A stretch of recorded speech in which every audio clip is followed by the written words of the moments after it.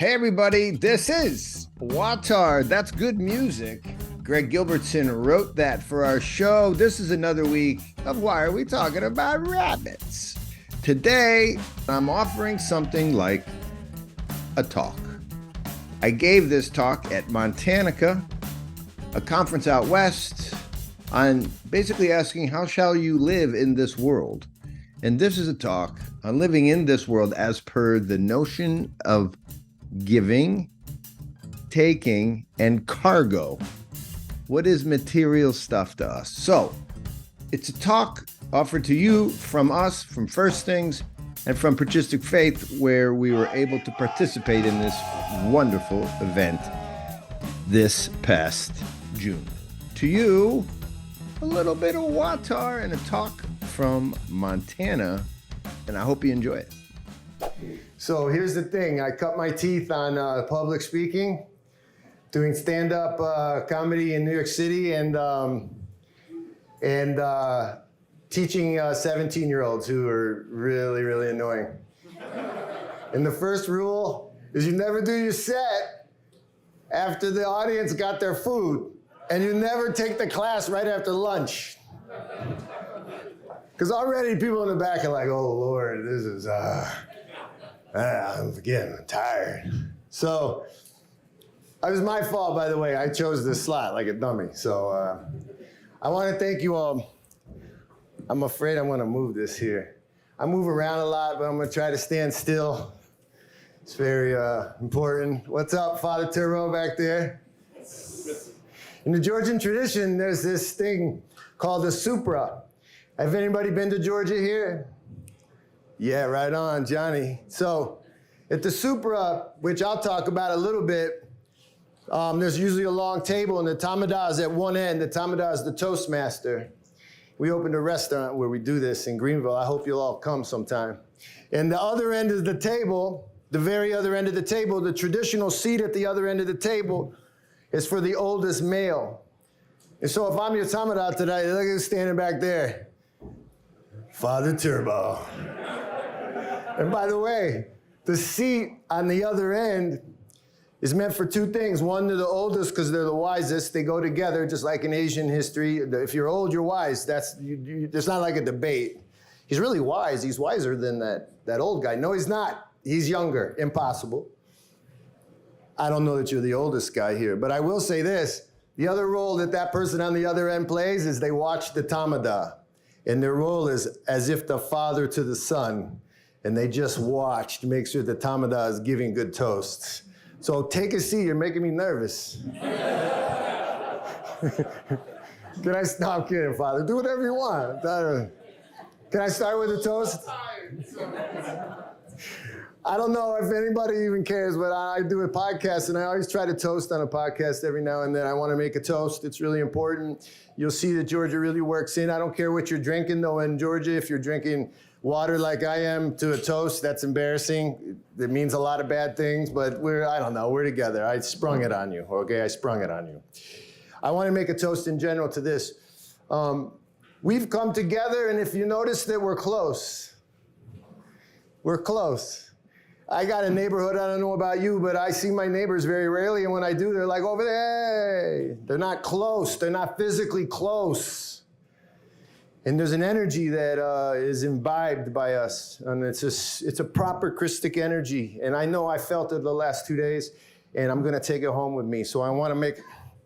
By the way, if I cry a lot, it's weird. I know, but my dad did it too. I'm not even sad right now, but I'm just saying. I just want to say this. When we take this home, guys, Emmanuel, Christ is with us. Amen. God is with us. Gagimarjos, cheers to you. May to you the victory over death. Gagimarjos. So, I should say something now of some import, or not. I want to thank you all, first of all. Your Grace, I want to thank you. It matters. It matters. Where is he? Is he here? He's not back. It matters, though, that our clergy are here. As you guys know, I have a clergy person in my life. I'll talk about that, maybe not. It matters. Pray for us. Thank you for being here. Deacon Ananias, this lovely parish, Holy Trinity. Thank you. Thank you. It matters. So I'm trying to figure all this out, trying to figure out what to say, try to figure out why I should say it. Well, these 4 things kept coming up for me. And essentially, seek ye first the kingdom. It meant something to me, especially recently, right now, at this moment. Service and sacrifice kept coming up. It's part of our work, which I'll explain. So I want to talk about that. America kept popping up. The Western world. Patrick, bravo. Patrick's seeing, there he is. He's seeing the Western world. And I couldn't avoid it. I couldn't avoid it in this conversation, so I'm going to talk about that. And then wealth and poverty. Wealth and poverty. I feel like we have to address these ideas, at least I do, as the chosen speaker, and I'm going to.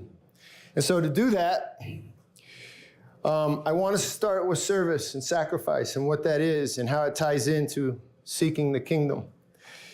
And to do that, I just want to tell you a little bit about myself, if I could, because some people don't know.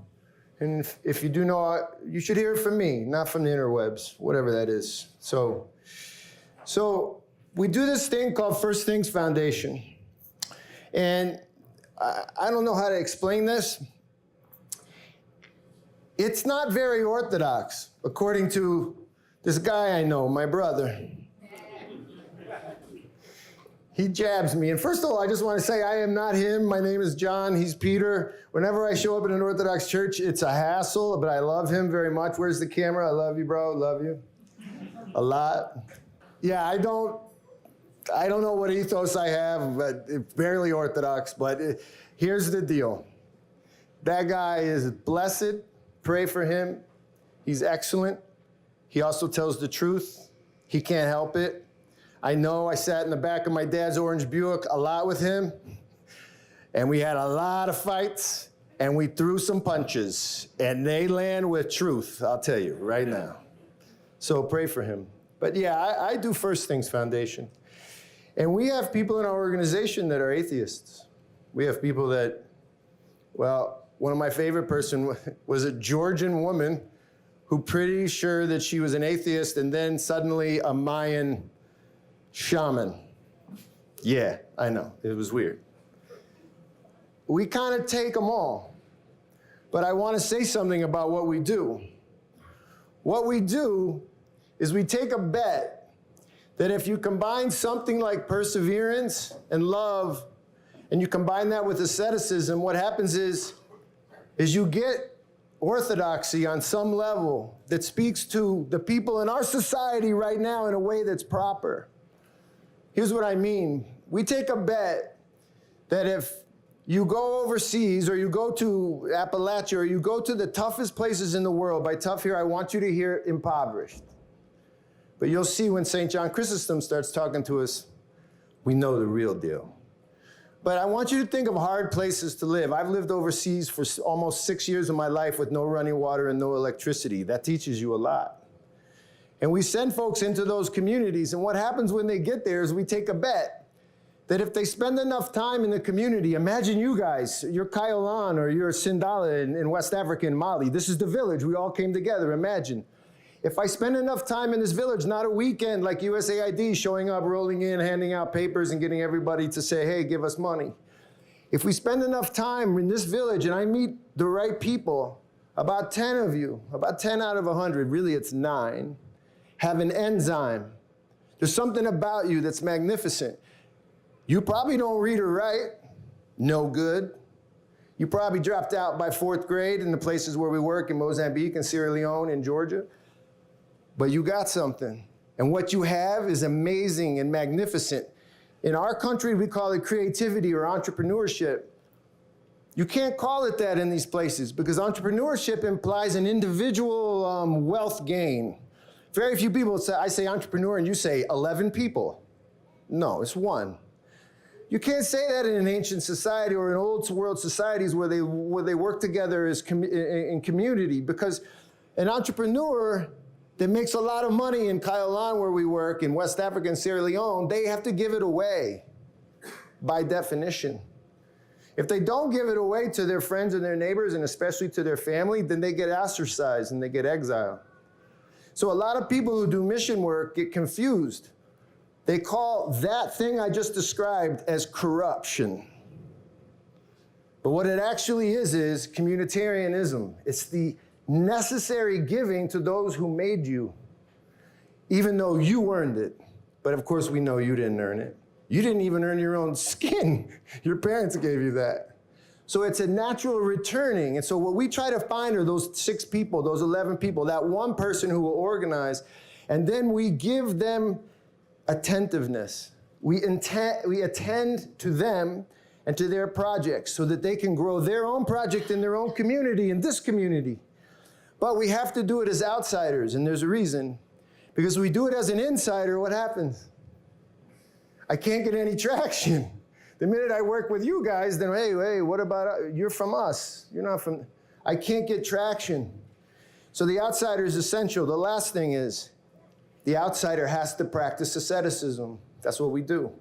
That means if you guys live in mud huts and you eat the same meal for lunch and you do, trust me. I lived in a village in Mali for 2.5 years. I swear to you, I'm not exaggerating, Evan, not this much. They ate sanyo kini, that's millet, every day for lunch for the entirety of the 2.5 years. I never saw a different meal made in that village at lunch. At dinner, they got crazy, maybe did 1 or 2 different things. But at lunch, the same thing. And we ask our men and women to do that. We ask them to not take their own cars. They have to take public transport. We ask them to use local clinics. Try recruiting someone when you tell them you got to use a local clinic. They don't like that. You wouldn't like that, but come.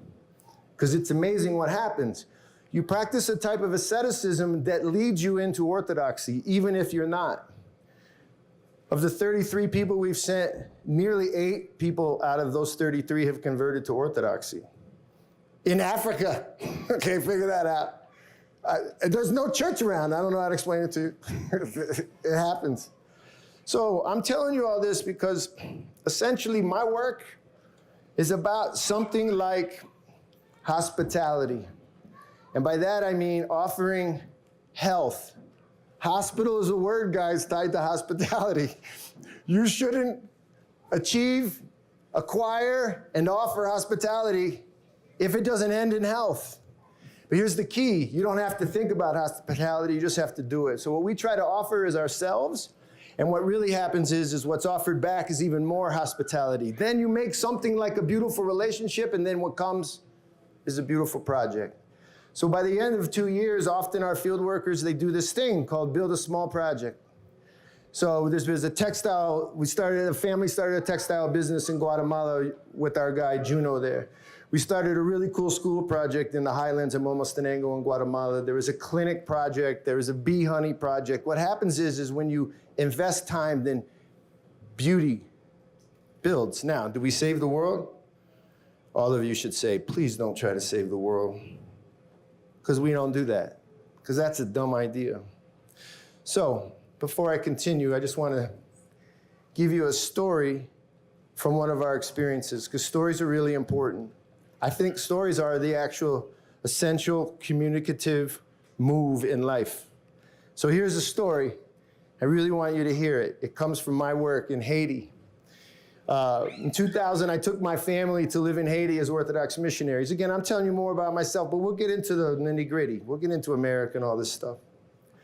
There were 5 of us at the time, 3 daughters, my wife and I. There's 6 of us now. We didn't have running water for 1.5 years. We didn't have electricity. Well, the electricity would come on about sundown for an hour. And everyone charged their batteries. We lived in a compound with 2 other Haitian families, a place called Croix de Bouquet. We were an anomaly. My wife is a black woman, born in Harlem, raised in the Bronx. I'm a white dude from wherever, I don't know. I say New York. I say I identify as a New Yorker. As a New Yorker, I spoke French and I spoke Haitian Creole, the language that they spoke to her in, and waited for her to tell me the answers, but she couldn't speak nothing. It was great. They couldn't figure her out. They couldn't figure our little brown kids out. Nobody understood what was happening. So here's the story I want to tell you. On the second day, I met the priest I would be working with. This was under WAWTAR. This is 20 years ago. No, not quite. And I met the deacon. He's a good man, okay? I met them and they said, let's take a ride. We'll go have dinner at the deacon's house. For some reason that day, Father Turbo, I don't really get this, but I was driving. I don't understand why they had me drive. I barely knew Port-au-Prince, right? So we're going through Port-au-Prince. The priest is sitting here, the deacon's behind, and we hit traffic. It slows way down, but it's a lot happening. And I see a crowd or not, but the traffic is very slow. I could walk faster than the car.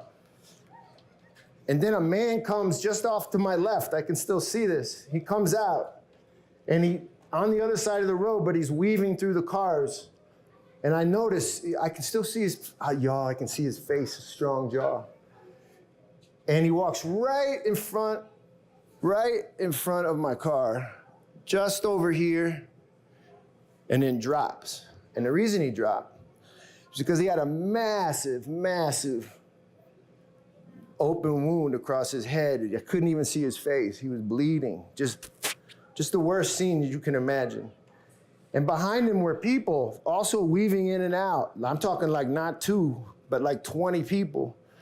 And so I put the car in park, and I said to the priest, I said, and I'm not sharing names because I don't want to do that, but I said, hey, Father, let's get this guy. And I had already started to get him.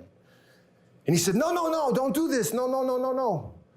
Do not open that door. Whatever you do, don't open that door. And the deacon's like holding me, like this way. And I'm like, whoa, we got to get this guy. We should put him in the truck. No, whatever you do. And I try again, but they're holding me. I said, what's going on? He goes, if you get out of that truck right now, you're going to be responsible for everything that happens right after that, everything. And I'm like, what are you talking about? I'm going to put him in. And I'm having this bad French fight. I can't speak French that well. And I'm trying to explain. I'm getting out of the car. And they said, if you get out of that car, then we're going to take the car and leave you. You mustn't get out. And so then I put the car in drive, like almost entirely against my will, or was it? And then we just inched. You would think we drove off, but the problem was there was traffic. So we just inched away from this man he's in bad shape. And then eventually the traffic lightened up, and I'm trying to get an explanation. They go to the house, go to the house. They got to the house and had dinner. The whole dinner was like, never, ever stop for anyone on a road like that. Don't you know what they think of you? And I'm like, what do they think of me? You're an American, you have money. They're gonna take all that money off of you the minute you try to help the guy. I'm like, who's they? It's the government, the police. When you go to the police, they're gonna make you pay for his burial. They're gonna make you pay for all the fines that are required by the police. Don't touch that guy. He's probably a thief anyway. I was less than 48 hours in the country. I had lived in Africa and already in Georgia. I mean, I'd seen some stuff, guys. I'd seen people be killed, but I was like, this is crazy. This is the priest. So I drove back 2 hours later, maybe 3. We took the same road back, and that man was laying on the side of the road dead, and people walking around him, going off to wherever they were going off to. That's the truest story I can tell you, because it actually is probably one of the, I'll get back to it. There's a reason for the story, because what I want to talk about demands the story, okay? But it was a pretty serious story, so we're gonna come back to that. Not because I'm crying, because I want to come back to it on purpose. Let's talk about America for a second. So America in the West, I like to call, jam America into a phrase. Really all of the West, the Roman Protestant individualistic scientific legacy. We're all living in it. Whatever it is, wherever you find it. The Roman Protestant individualistic scientific legacy we call modernity. It's a big topic. But I'll just boil it down today into just one simple concept. Dr. Rupert Sheldrake. Does anybody know who Sheldrake is? Right on, right on. I want to tell you about Rupert Sheldrake because he helps us to understand something. He's a PhD from Cambridge. If there's a university, he's probably spoken at it, right? Sheldrake has written a bajillion books, incredible books. I highly recommend them, though they're super weird. Be ready for weird, because what he's trying to do is wake up. He's not trying, he can't help it. He's waking up. He's written a book about the physics of angels, because he's a scientist. You can't just be angels, there's gotta be like a way they do that stuff. And so The Physics of Angels is one of his books. He's written a book, it's really interesting, about what is objectivity. Very fascinating. We know the object, of course, is Christ. He's not there yet, but it's interesting. He realizes without the object, there can be no subject. There's only nihil. He's very interesting. So he's a world-renowned scholar. Google rates him as a 40 on the high H index. I don't know what that is. He scored an indomitable 120 on the I-10 index of Google scholars. I swear I'll give you some money if you know what that is right now. I do not know what that means. What I'm trying to say is he's really good at science and really good at Google, and he's really one of these interesting characters. And now you need to know what he says. He says that what matters to moderns is matter. That's why I like the two talks today earlier before me. Because he's a scientist and he's interested and he's willing to open up his mind, what he starts to see is that if a scientist believes in something like matter and material reality, they are not in alignment with reality. Sheldrake, I'm telling you about him for a reason, I promise. Sheldrake, this mega scientist, has begun to realize what the scientific enlightenment has given us. And I tell you all of this because he created a top 10 list. Want to do it? Here's his top 10 list. I told you I did stand up. I can't get away from it. That's why my brother's like, I'm not going on that podcast with you. That happened. Here's his top 10 list of things that this room believes. And here's what I mean. You believe it because you're modern. If there's somebody in here who was born, I don't know, in say 1211 AD, let me know, because you would not be on this list. But this list applies to you if you were born, well, if you're alive right now, it applies to you, okay? He says, I think he's right. He says that every modern person has in some way imbibed this top 10 list, and in some way they live by it. Let's see. Number 1, nature is mechanical. It's predictable. Like, if you go up to the top of a building and jump off, I can predict what's going to happen to you. And you think it's going to happen to you too. Matter is unconscious. Number 2. In other words, when you painted that rock as a kid and put eyes on it, that was the joke. It doesn't have a conscience. Nobody was like, I wonder what it's thinking. The laws of nature are fixed, right? They're fixed. And they're always fixed. That's 4. Everything that entered the world at the Big Bang is everything there is, and it's all that ever will be. There won't be more of it, there won't be less of it. That's number 4. Number 5, nature is purposeless. Nature has no purpose. It has no telos. It just does stuff, and then does some more stuff, and then it does some other stuff, and then no one knows why, and you don't know why, but it just does stuff. That's nature. It's purposeless. Inheritance is entirely material. Number 6. You are what your parents gave you as genes and cytoplasm. That's it. That's you. That's you. You have a hunchback because your mom had a hunchback. Sorry, I don't know what to tell you. That's how it goes. Number 7. The number 7 truest thing about modern people and what they believe. Memories are stored in your brain. You remember about yourself. What you remember is stored in an atom, a molecule dancing about, waiting for a curtain call in your brain. That's it. What you know about yourself is stored in your brain. Your mind is in your head, number 8. Consciousness is circumscribed by a home you call your skull. That's it. If you don't have a skull, you don't have a mind. Fact. Do you believe this stuff so far? If you're like, I don't believe any of those, I don't believe you. Psychic activity, things happening in your brain and then affecting other brains. Say like, I don't know, what I'm thinking right now can't affect you. That's the rule. It can't affect you. And that law that says everything that's happening in here is only happening in here is, for me, something like building 7. Let's just not talk about it.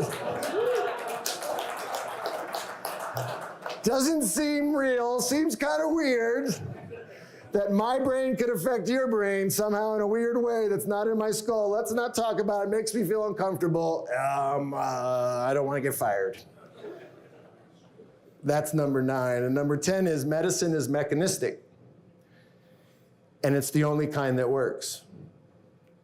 This foundation of modern life really doesn't need a punchline, I don't think, because if you think that's true still, you got a problem, okay? But modern medicine is mechanistic, and I think we all think of it that way. You're like, put it in my mouth. I'm waiting, I'm waiting, I'm waiting. There's a relationship between what you do and how you should feel. We believe that to be true. Now, why am I telling you all these things, this top 10 list?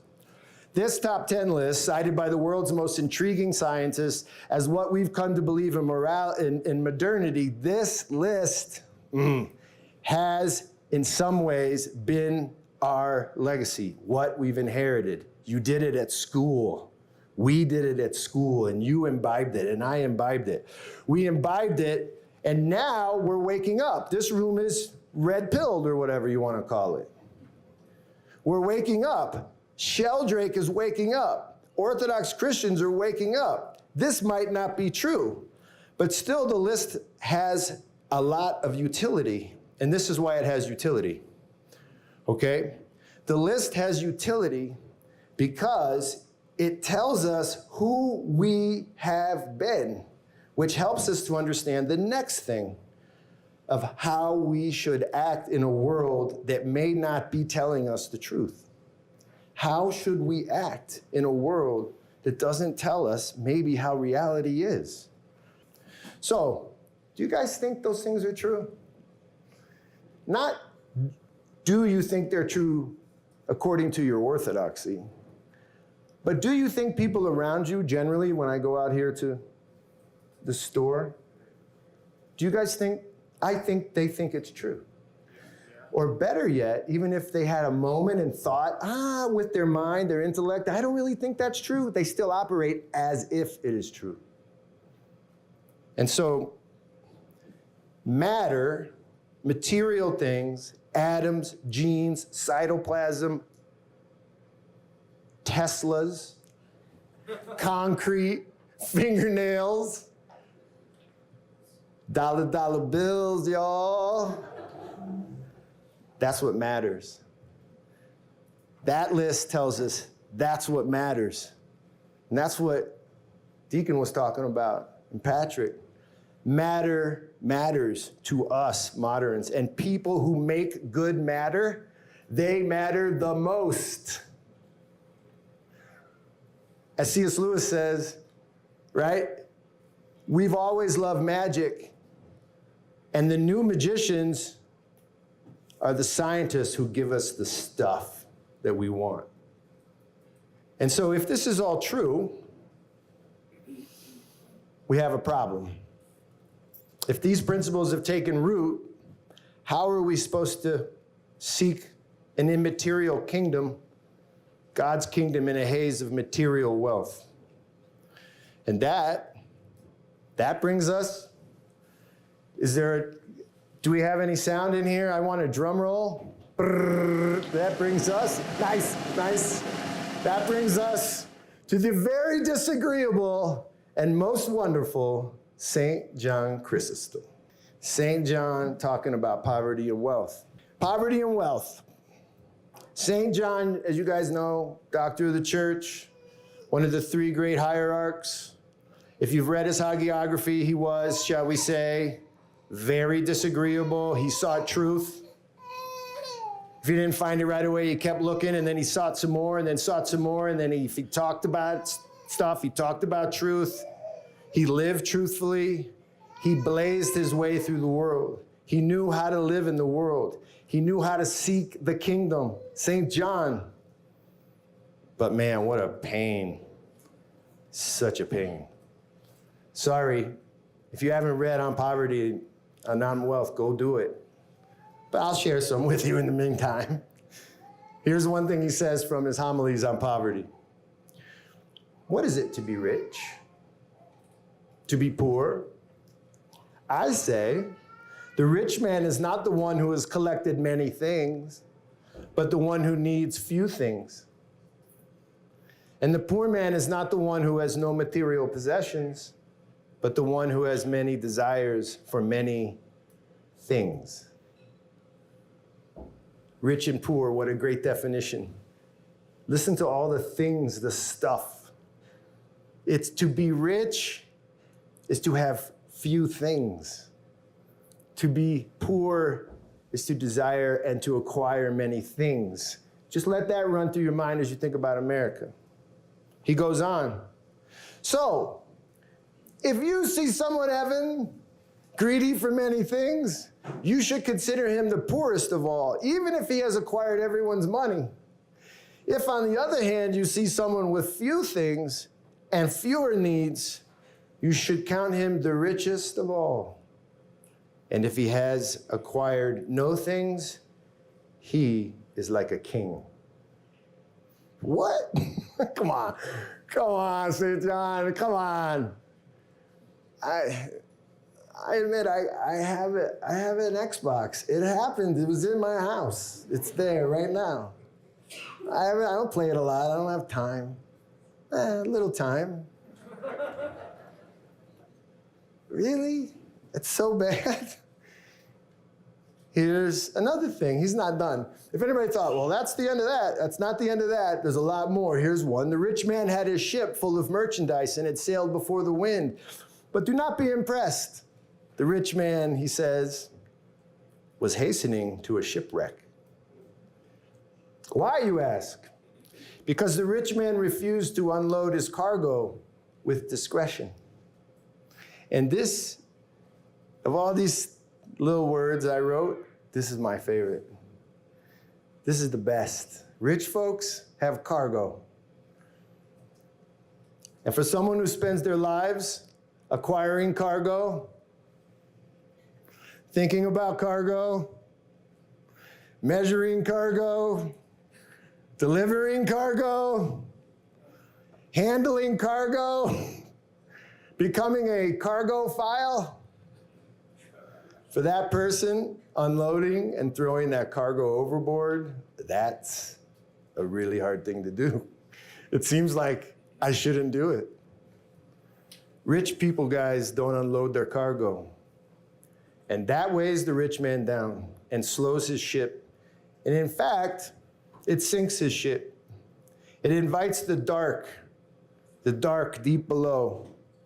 It brings a man closer to diabolos. And the best part of this quote for me is that St. John says the rich man didn't unload his cargo with discretion. Don't do this, Joseph. Let's say that you like this talk a little. Don't get in your car, drive home, take all your stuff and throw it in the garbage. Don't do that. Bad. Yeah, it's not terrible, but God, he's not like, way to go, Joseph. Discretion. Discretion. To be healthy, right? To be healthy, you must unload your cargo, right? But you have to do it with discretion. Intentionally. The way someone bandages a wound, right? The way someone ingests a healing medicine. You don't take a pill and pop it in your eye. You take a healing medicine and make sure it goes all the way down. You make sure that with the intention that you bandage your brother who's sick. To be healthy, a rich man must unload their cargoes. It's the medicine for what ails them. It is the beginning of hospitality. It is the beginning of a hospital. It's where you get healed. Then in his second homily on poverty, Golden Tongue adds this little whopper about beds. Personally, one of my favorite pieces of cargo. I don't know how you guys do with beds. I like beds. When you're on a bed that's not yours, that sucks. I like beds. Everyone's like, why is he talking about beds? Beds.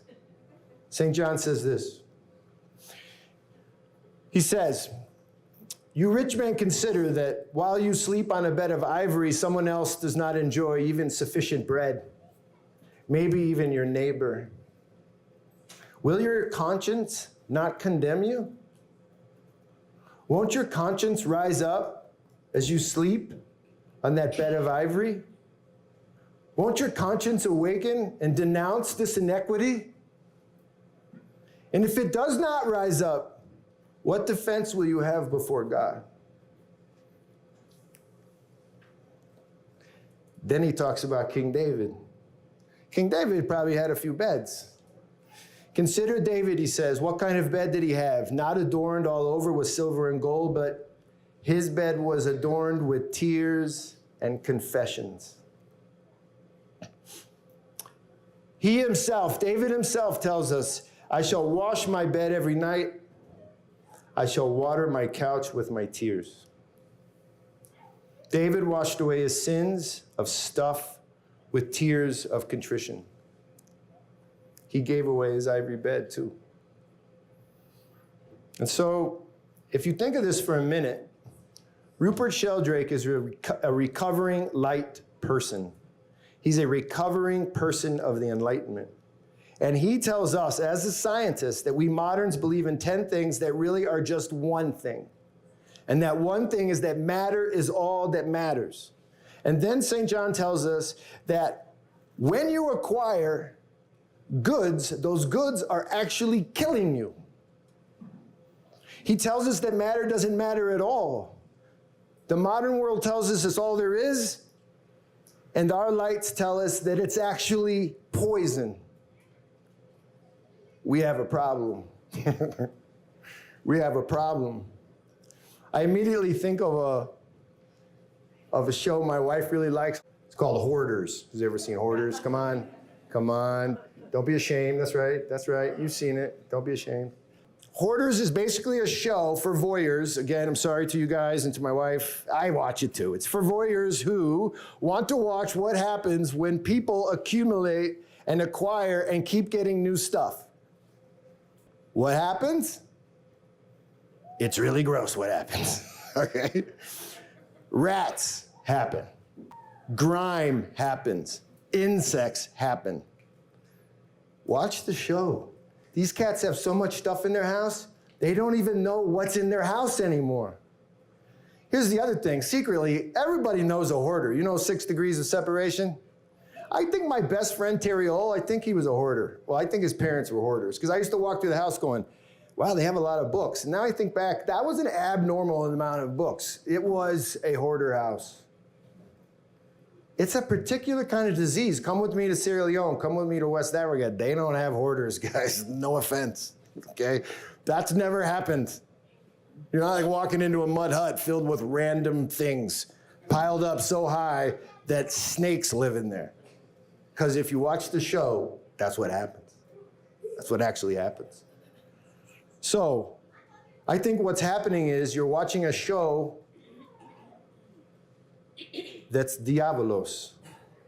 That's dissolution. In the Greek, diabolos is the opposite of symbolos. Symbolos is that symbol, icon which unites. Diabolos is that which is falling apart. I think you're watching dissolution. That's what happens on the show. People of all stripes become consumed by the thing they collect. The other thing you see on the show is that there's this weird team of specialists. because it's America. You got to have the bad guy and the good guy. This team of specialists in t-shirts come in to save the hoarder, right? I'm not lying, if you've seen it.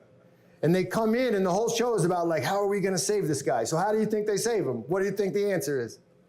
It's not. They take all their stuff, throw it in a giant dumpster, and take it to the ocean, which is a whole nother story. But anyway, they dump all the guy's stuff. And you should watch the hoarders. They're like, no, that's my jersey from when I was a kid. You're like, well, maybe hold on to that one, but why do you have 74 jerseys? And they just extract this stuff from the hoarders, right? They make the hoarder give away their stuff, and it's a perfect and apt image. It helps us answer the question, how should I live? How should I live? How should I attain the kingdom? Do you have a savings account? I got it. It's not very big, though, I will admit. If it's big enough that bugs can hide in it and rats, does it pile up? Does it smell? Bring it to the extraction team, take your medicine, and give it away to your neighbor. Dare you. You won't. You might. Maybe. You won't. Evan, maybe? Possible. Does your parish have a giant endowment fund? I've been to some towns where some really big churches have some really big endowment funds. Definitely some lice and mice are living in that endowment fund, no offense. And it smells, it's a stinky, stinky thing. Bring an extraction team, hand that stinky thing over to the poor, and get your health back. Big endowment fund, people. I would highly recommend that.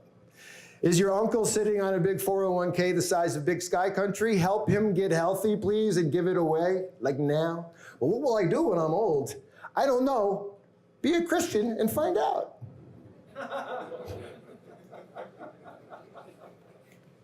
No offense. That's what Christ says, right? Buying that third car for when your kids come home, this is actually me. We have a third car for our 4 daughters, but now they're basically all out of the house and it just sits there. And I'm like, I'm holding on to that thing. Yeah, get rid of it. You're a goner. It's eating you alive. Give it away. We're upside down, guys. If Sheldrake and Chrysostom are right, it means that almost everything we've ever been raised to believe about America actually assists in our demise.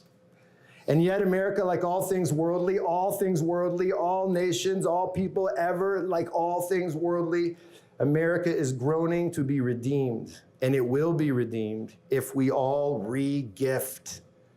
Re-gift. You can't give gifts. You know that, right? You can't give a gift because you never had it in the first place, bro. It was given to you. Re-gift. We must re-gift what we've been given. Our money, our things, our dreams, everything must go to our neighbors. And we must give as much away as we can. Just like, I don't know about you, I can run 3 or 4 rat races up and down in practice for a big ball game, but I can't do 20. I might even be able to do 6 really hard back and forth on the court, but I can't. I'm too old now. So I'll do 6, maybe 7. I'll give as much as I can. That's how we must live. We must max overdrive hospitality. And we can do this. I know. I've seen people do it. I've seen people do it during a bloody civil war in the Georgian Republic when I worked there in the 90s. I watched in Georgia, in tiny villages, where I would go to do help. Yeah. They were helping me. I would go into a village and I saw women, widows, who wore socks for shoes in the winter, feed me their best dinner, and then eat cornmeal for a month. Why? I can't even say hi to my neighbor. Why can he do that? Why could she do that? Why? In Sierra Leone and in Mali, I've seen folks who eat that lunch, the same one over and over again, the same one. I've seen them, when I roll up into the village to say hello, make me a special peanut soup, one that they won't eat for a whole nother month, and give it to me. Why'd they give it to me? Because they know what it means to live, to be healthy, right? I saw a man, this happened. I visited a village, this is in West Africa. I visited a village, walking into the village, there was no place for me to sleep, so they literally, basically kicked the guy's door down. I don't know, they knew him, because this village is like 500 people, and they kicked the guy's door down, not really, it was like 3 a.m. Told this young guy, he's probably 18, get up. I crawled into his bed, and he laid down on the dirt floor with no pillow, no coverings, and fell asleep at my feet. Fact. And I laid there all night. We can do it. By the way, that guy was a Muslim. Yeah. Think about that. Christ did this. He gave us life by giving us his 401k and his shoes and the savings account, and also, that's right, his life. And I'm sorry, but it's true. He went all in, and in turn, we live. And that brings me back to the sad story about the guy laying on the side of the road whose head was gashed in and who was laying there when I got back dead. It's pretty clear that right now, I didn't get out of that car. All these years later, I know what happened. I didn't get out of that car because I was afraid. Everything was right before me. It was obvious what I must do, and I didn't do it. Everyone was yelling at me to drive. The people in the cassocks were yelling at me to drive. Everyone in the culture was saying, drive. You'll only bring harm on yourself. You'll risk everything that you are and everything that you have. And I drove, and he died. And that's a fact. Creation, beauty demands sacrifice. Creation begins with sacrifice. And if we can muster the courage to even do a little bit, creation will grow. Guys, things grow. If you till, if you sweat, things will grow. If we do this, we will have enough. We will be stewards and not owners. We will be brothers with keepers. We will be friends without foes. If we give to the poor, we will become rich. But our society has taught us to fear, to worship matter, and to conserve what is mine. We tell lies about being self-made. We love the myth of independence. We imagine our brothers and sisters as our competitors and that the market determines success. What a bunch of garbage. Garbage.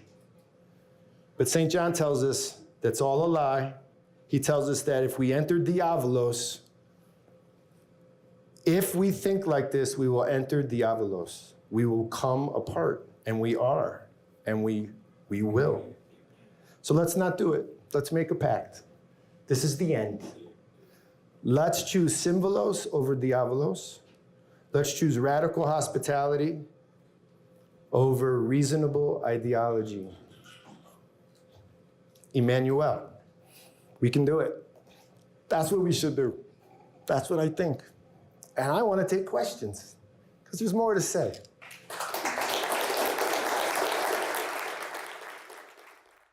Thanks for tuning in today. Gosh, that's heavy stuff. Also, if you cry, I don't know, just go back and look. When I'm crying, it's weird. I don't think you should cry so much as I do. What? Oh, it's so embarrassing. You know what, though? This is a tear shed for all of the beauty that you guys offer to our work. Keep supporting us. It matters. So many stories to tell about people in the field, folks who've come home and gone about a beautiful life here after being, I don't know, taught all the deep lessons over there, wherever there is, Mozambique, Sierra Leone. Greetings to all of our field workers. Love you guys. And greetings to all of you who support us. Love you. Our work is unique. Check us out. www.first-things.org. See you soon for more talk about the old and new worlds, including this conversation about baptism coming up on the next couple WAWTARs. Peace out.